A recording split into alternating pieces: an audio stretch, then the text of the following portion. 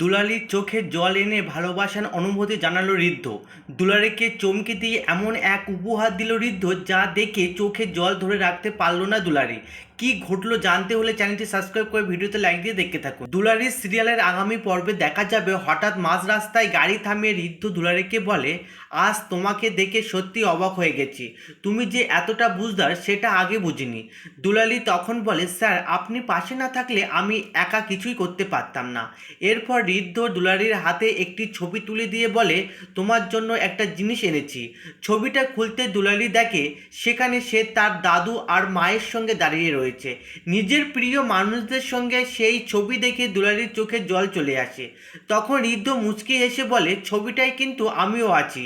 দুলারি অবাক হয়ে জিজ্ঞেস করে বলে, কোথায়? ঋদ্ধ ছবির নিচের দিকে নিজের সই দেখিয়ে বলে, এই যে এখানে। এই কথা শুনেই কান্নায় ভেঙে পড়ে দুলারি। ঋদ্ধের এই সুন্দর মুহূর্তে কি সত্যি তাদের সম্পর্ক নতুন করে এগোবে? আপনাদের কি মনে হয়? কমেন্ট করে অবশ্যই জানান।